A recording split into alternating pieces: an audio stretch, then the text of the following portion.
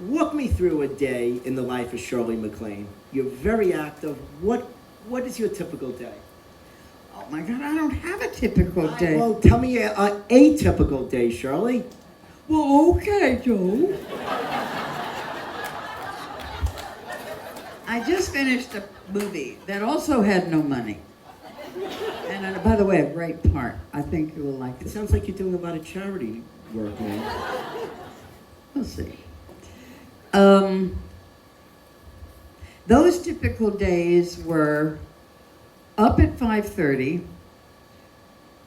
A driver came to get me, very nice girl.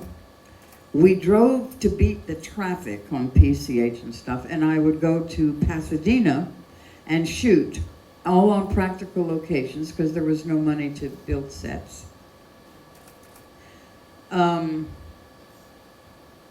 The director, quite talented, was a kind of co-director with the writer, and he had what I call his style of directing was stream of consciousness directing. He would get behind the camera, and this is what it would be like. All right, Shirley, are you ready? Ready. Okay, everybody ready? Camera's ready? It's all locked because he loved to frame. Okay, go over there by the chair and sit down. I'd go over and sit down and he'd say, no, you know what? I think you should cry. I think you should cry here. Cry. This is a typical day.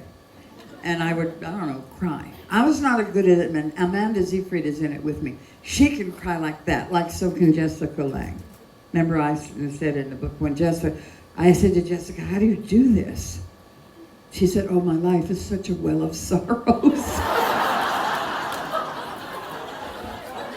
Oh, God. Anyway, I couldn't do that, but I can fake it pretty well. So I faked it. And then he would say, get up and go over there and jump up and down. And he directed in this kind of stream of consciousness, whatever hit him way, which meant that the crew, the camera crew, had to carry the camera to fit the fantasy of what just occurred to him. They carried the camera up 3 flights of stairs because he thought my character should run up the stairs. It is very, it's amazing I'm sane after this, because the whole idea of adjusting to that kind of talent is new. We didn't used to do it that way. We didn't do it last year that way. And he has this particular immediacy habit. Go to lunch at 12. I had already gotten so hungry because I got up at 4 that I'd eaten too much crap. So at lunch, I didn't have what was really good. And it was quite well done. Otherwise, everybody would have revolted. So it was very good catering. I would eat or do whatever, go back to work, same kind of stream of consciousness. The crew and the below the line, hair, makeup, wardrobe, everybody who's associated with keeping us going. Where I used to come off a set and walk among all the crew and stuff, they would be talking among themselves or talk to me or something. Nowadays, you come off a set and they're all like, they're all on their phones, absolutely disassociated from human life, except where, what do you call it, technology is concerned. And that really disturbed me for a while.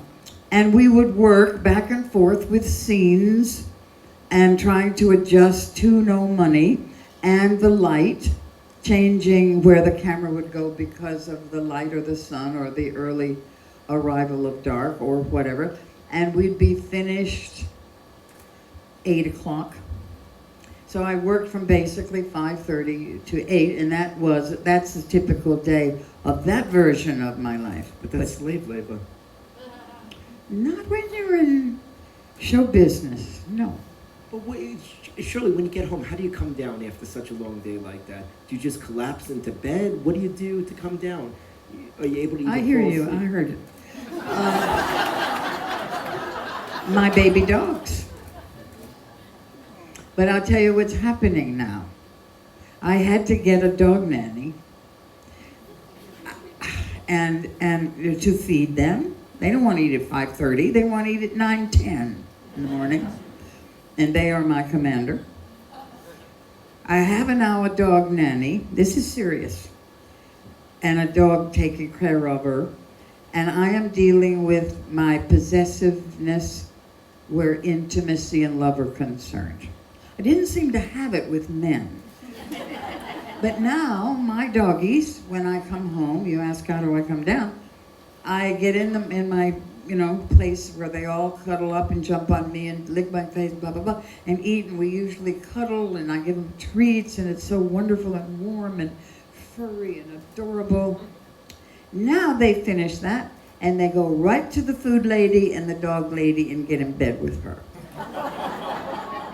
And I feel, what's the word? Abandoned. Deserted. I'm not kidding, it's been hard. And so I say to myself, wait a minute, what am I supposed to learn here from this? Supposed to bring the dogs to the set. Oh no.